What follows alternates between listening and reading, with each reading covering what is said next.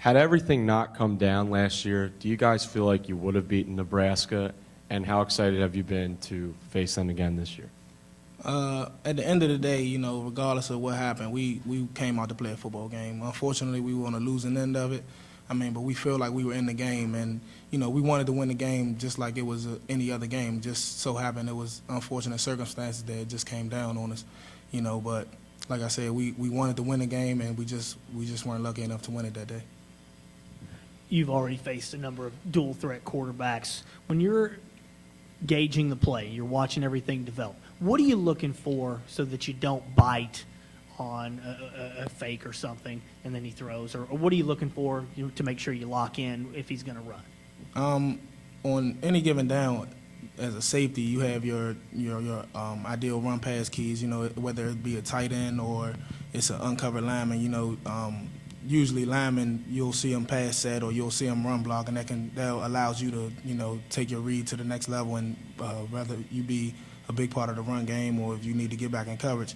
So, you know, in certain defenses you have different keys. Like in one of our base defenses, you know, I'm looking at the line of scrimmage, or I'm looking at a tight end. You know, you never want to, as a defensive back, you never want to get your eyes in the backfield, because that's when big plays occur.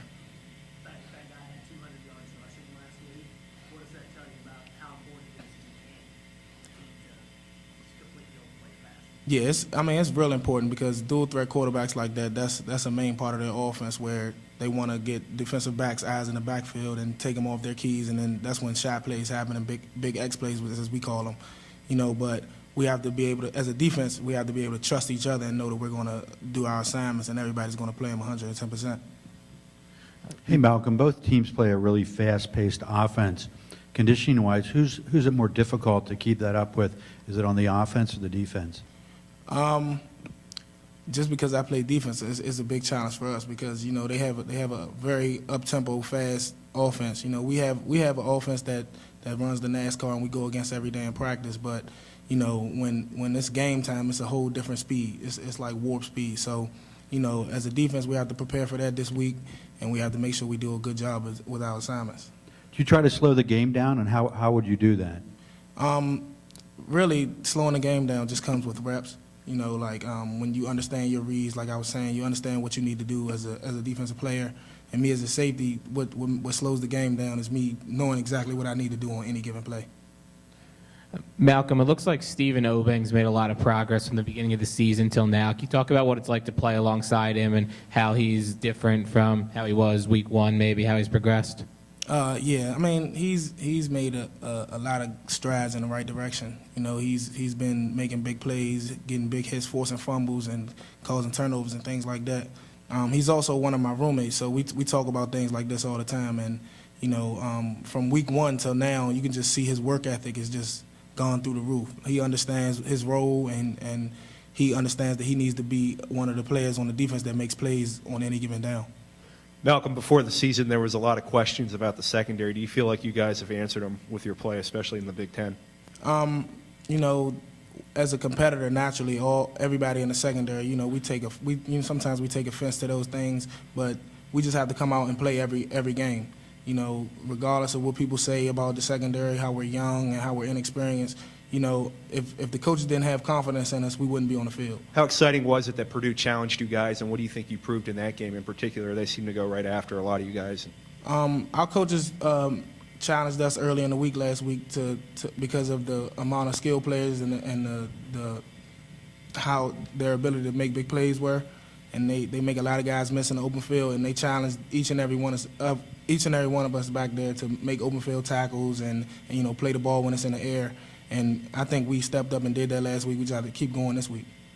Hey, Malcolm. After the game Saturday, Brennan Rose was saying that, I think he mentioned you, and a lot of the guys were saying they'd like to joke that he hadn't quite gotten into a touchdown because he'd gotten so close. How pleased were you to see him get that touchdown, and how would you kind of joke with him before then? Yeah, I would. He's another one of my roommates. Is myself, Stephon Morris, Stephen Obeng Ajapong, and Brandon Mosby Felder. We're all roommates. And you know, up until last week, he would make the big catch and make runs after the catch, but he could never get in the end zone. So we would tease him about that and just tell him that he lost his speed a little bit from high school and things like that. But it's all fun and games. When he scored on Saturday, he came right over to me and smiling, and he was like, "Yeah, I won the bet. I still got it like I did in high school." So it's fun. Hey, Malcolm, here in the front. You guys have been at the grind for a while, and you don't have a bowl game to play for this year. Do you think it could be hard for players to kind of stay focused or intense in practice the next 3 weeks? Oh no, we have a lot to play for. Just because we're not going to a bowl game doesn't mean that we're any less of a team than we would be if we were. We come out every week playing hard, and we want to make a statement every week. So, this week isn't any different. We're going up against a huge Nebraska opponent who's more than capable of putting big points on our defense. So we just have to make sure we buckle down and attend to our assignments as we need to. Hey, Malcolm, up here. Coach was saying earlier that there's a lot of competition for every position in practice every week. Earlier in the season, Steven was a guy who was competing with Jake Fagnano for the secondary position. How did he respond to that when he was competing in that position, and how does the team overall like that competitive nature during practices?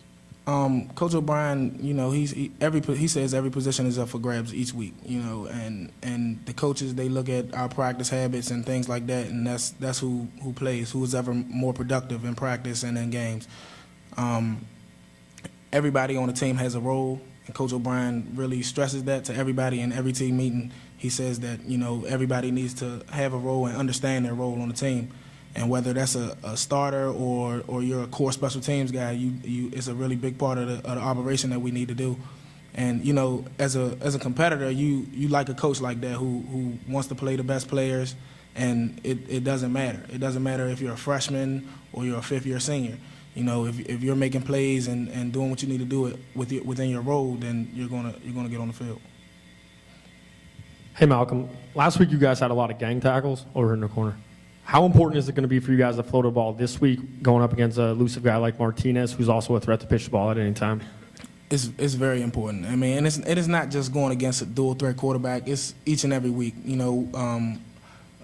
What you put on film is who your team is. That's what Coach Roof always stresses to us as a defense.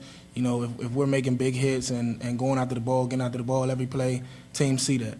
And last week was a big step in the right direction as far as our pursuit to the ball. We had 9-10 guys to the ball on any given play, so it's really good to see that. Malcolm, on your left, you touched on a little bit with the up-tempo offense of Nebraska, but going up against the up-tempo NASCAR offense of your team in practice all season, what's the biggest thing you've taken from that experience, and how can that translate in the games?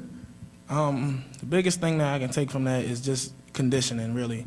When you have to get ready for the next play, you have to make sure that you're in the right shape. You have to be able to run to the ball. Like I said, that's a big part of our defense. And then also communication. Like back in the back end, in the secondary, we have multiple signals that we have to get to each other and make sure we all know what the call is. And then even if a linebacker doesn't get it, we have to make sure, as a safety, we have to make sure that the linebackers get the call and everybody's on the same page so that we don't have a big bust. Malcolm, going along the same lines with the communication, how much does it help living with Steph and Obeng? You guys have that.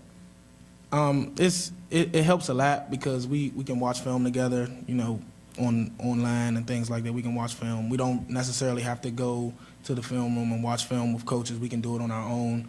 And, with us three being defensive backs, Brandon's the oddball out, but with us being defensive backs, we can all relate to each other and we can tell each other what we're studying and the tendencies that we see, and we can help each other when it comes to watching film. And Coach O'Brien said that he felt that the secondary was one of the most improved units this year. Why do you think he would say that? Just because we practice really hard every day, and Coach Butler, he has his doing multiple ball drills every day, and it's showing up in the games. Like when we're constantly going after the ball in practice, trying to force fumbles and recovering fumbles and make pass breakups and things like that. And Coach Butler always says, what you do in practice, it'll show up in the game. So, we've improved a lot in those areas, and I think that's why he probably said that.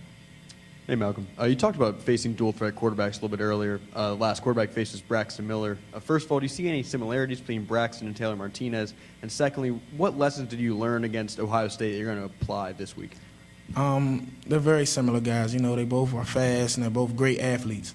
They're both able to make plays with their feet and their arm, you know, and that's just the nature of their athleticism and the nature of their position that they're playing. You know, things that we have to learn and we have to make sure we stop this week. We just have to be disciplined. You know, we have to play assignment football. Everybody has an assignment. If every guy on the defense does their assignment, does their 1/11th, then, you know, we'll come out good.